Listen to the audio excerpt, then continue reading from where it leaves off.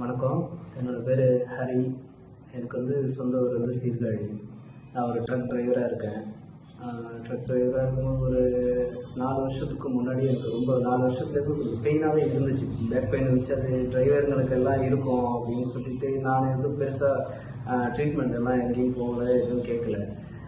அந்த வழியோடையே வண்டி ஓட்டிக்கிட்டு இருக்கும்போது இப்போது சமீபத்தில் நான் யூரோப்புக்கு ட்ரக் டிரைவர் வேலைக்கு போயிருந்தேன். அங்கே 6 மாதம் ஓட்டிகிட்டு லீவுக்கு திரும்ப போயிருந்தப்போ என்னால் சுத்தமாக கால் எடுத்து நடக்க முடியல. என்னால் பெட்லேருந்து எழுந்திரிக்க முடியல. இந்த கீழ்முதுகுலேருந்து ஆரம்பித்து கால் வலிக்க பிடிச்சி இழுக்க ஆரம்பிச்சிச்சு. ரொம்ப வலி, ரொம்ப பெயின் அதிகமாக இருந்துச்சு. ஸ்டிக் வச்சு தான் என்னால் எழுந்திரிச்சு நடக்கிற மாதிரி ஆகிட்டு.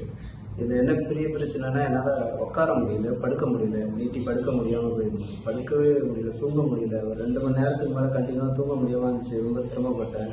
சேரில் உட்கார முடியல, சில நிமிஷம் கூட உட்கார முடியல. காரில் ட்ராவல் பண்ண முடியாது. நான் ஒரு டிரைவர், என்னால் உட்காந்து வண்டி ஓட்ட முடியாமல் ஒரு சூழல் இருந்துச்சு. ரொம்ப என்ன பண்ணலாம் அப்படின்ட்டு வழி வேறு ஒரு பக்கம், வேறு ஒரு நாட்டில் ரொம்ப இருக்கும்போது எனக்கு என்ன செய்கிறதுன்னு தெரியல. அப்போ என்னோடய ஃப்ரெண்ட் மானாமதுரையில், அவரும் ஜெர்மனில் ட்ரக் ஓட்டுறாரு, முனியசன்ட்டு. அவர் 2-3 வருஷத்துக்கு முன்னாடி இதேமாரி பிரச்சனை வந்தப்போ இங்கே ட்ரீட்மெண்ட் பண்ணியிருக்காரு. இங்கே சென்னையில் ஸ்ரீவர்மா ஸ்பின் கேர் ஹாஸ்பிட்டலில் அவர் ட்ரீட்மெண்ட் பண்ணியிருந்தார். அவர் எனக்கு இங்கே போங்க, கண்டிப்பாக போ, சரியாகும் அப்படின்னு சொன்னதுனால நான் எதுவுமே யோசிக்கல. என்னால் அங்கே ஒன்றுமே பண்ண முடியல. ஃப்ளைட் ட்ராவலுக்காக ஒரு 2-3 நாள் அங்கே வெயிட் பண்ணி என்னால் ஃப்ளைட் உட்கார முடியாமல் ஒரு சூழ்நிலை அந்த அளவுக்கு இருந்துச்சு. எனக்கு ஒரு 2-3 நாள் இதுக்காக அங்கே வெயிட் பண்ணி கொஞ்சம் உட்கார அளவுக்கு என்னை தேர்த்திக்கிட்டு அதுக்கப்புறம் நான் ஜெர்மன்லேருந்து டிக்கெட்டு போட்டு நேராக இங்கே தான் சென்னைக்கு தான் வந்தேன். இப்போ வரைக்கும் நான் இன்னும் ட்ரீட்மெண்ட் முடிச்சு வீட்டுக்கு போகல.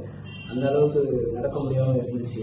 இப்போது என்னால் உட்கார முடியுது, நடக்க முடியுது. இப்போ ஒரு நம்பிக்கை இருந்துச்சு. நான் இன்றைக்கி ஒரு காரை எடுத்து ஓட்டி பார்த்தேன். ஒரு 200 கிலோமீட்டர் ஓட்டி பார்த்தேன். ஓகே தான், ஒன்றும் பிரச்சனை இல்லை. இப்போது நான் திரும்ப டிக்கெட் போட்டு இப்போ 15ஆந்தேதி திரும்ப ஜெர்மனி போகிறேன். அடுத்த 6 months ஒர்க்குக்காக. எனக்கு நம்பிக்கையே அந்த பையன் இப்போ ஜெர்மனியில் வண்டி ஓட்டிகிட்டு இருக்காப்ப இதேமாரி ஒரு முதுகெலும்பு, முதுகு வலி, இந்த சயாட்டிக்கா பிரச்சனை இருந்து அதில் மீண்டு அவர் ஜெர்மன் வண்டி ஓட்டும் போது தான் எனக்கு ரொம்ப நம்பிக்கை வந்துச்சு. கண்டிப்பாக நம்மளும் செய்யலாம் அப்படின்ட்டு. இப்போ மற்றவங்கள்ட்ட நான் அது சஜஷன் கேட்கும்போது அவங்க என்ன சொல்லிட்டாங்கன்னா, நிறைய பேர் சொன்னது என்னென்னா லைஃப் ஸ்டைலை மாற்றிடுங்க, வண்டி ஓட்ட வேணாம் அப்படின்னு சொல்லும்போது எனக்கு என்ன செய்கிறேன்னு தெரியல. ஏன்னா நம்ம ப்ரொஃபஷனலே அதுதான், அதை மாற்ற முடியாது. அப்புறம் இங்கே வந்ததுக்கப்புறம் தான் ஒரு நம்பிக்கை இருந்துச்சு. இப்போ ஒரு தெளிவு இருக்குது, என்னால் முடியும் அப்படின்ட்டு. அதனால தான் ஒரு தைரியத்தோடு உங்களுக்கு எந்த சந்தேகம் இருந்தாலும் நேரடியாக அவங்களோட கான்டாக்ட் நம்பருக்கு அழைச்சி கேளுங்க. தைரியமாக வாங்க, இதுக்கு நான் ஒரு சாட்சி.